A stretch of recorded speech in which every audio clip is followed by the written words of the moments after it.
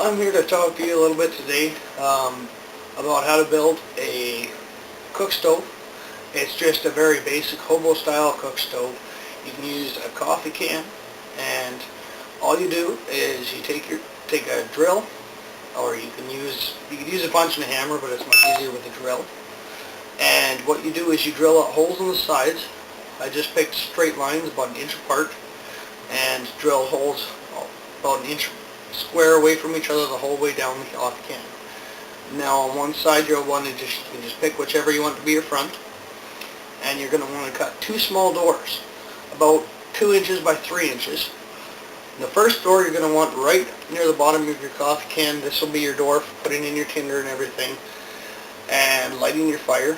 And then the next door will be above it, will be for feeding the fire once it's going. We prepared a little demo video to show you what this little stove could do. It's very easy to make. Some coat hangers and a coffee can. You can use another coffee can and a coat hanger to make a little pot with a handle for it, and you can have yourself a little outdoor cook stove for very little money. These stoves will actually put off a fair bit of heat without burning much wood, and the nice thing about that is it keeps everything concentrated. The reason you want your air holes in there: fire needs 3 elements: heat, fuel, and oxygen. So the holes allow the oxygen in. Whatever you use to light your fire, whether it's a lighter, a match, flint and steel, that's where your heat's going to come in.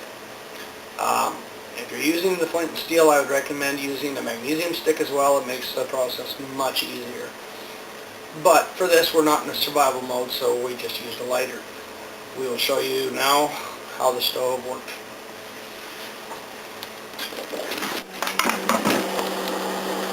When lighting any fire, preparation is the key thing, even in a hobo style stove like this. You will notice I have 3 separate piles of wood. Now, you want to do this before you start your fire. The reason being is there's nothing more disappointing than being freezing cold, needing a fire and something to eat, and trying and failing and failing. So, in the can, I have some newspaper. I am cheating. In the wild, the best thing, if you are near any kind of spruce tree, is to go underneath the tree and grab the dead branches, or any branches that have turned red with the needles still on. Those red needles will burn very well for you, make excellent tinder. So I started off, I'm using my paper for the tinder. I've got a pile of small sticks for my kindling. This wood is a little bit moist, so I've split these very fine to get it started. Then we move up to a pile of a little thicker, and then to my cooking fire wood, which, as you can see, is not very thick. You don't need a lot of wood to cook something. You can be very conservative with this. I have a whole pile of wood there that I can split up once I get a good bit of coals going. Once you get your coals going, then you can worry about finding more wood, but it is important to have a good stock of wood gathered first and split up into your 3 different piles. So now I have my stove ready to light. I have put where I had my small piles before, I have put the smallest of my sticks on the very bottom, the largest on top, in a crisscross type of pattern.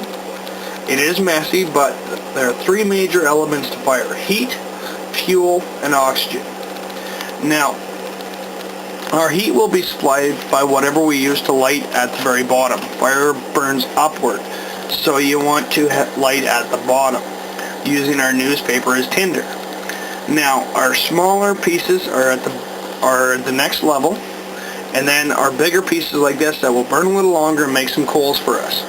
We're going to need to watch and maintain this to make sure it has plenty of oxygen and plenty of fuel, which is the wood we're providing. Now you'll notice the holes on the side of this. That is to supply oxygen while it burns. As well as crudely cut doors, they will too. The fire will burn up, and whatever we're wanting to cook or heat will become hot. I've just struck a flame to our stove. As you can see, it is burning. It's just getting started.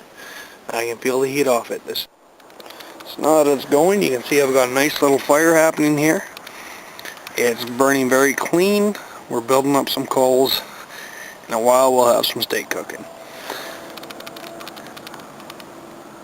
This is a very cheap, easy thing to do.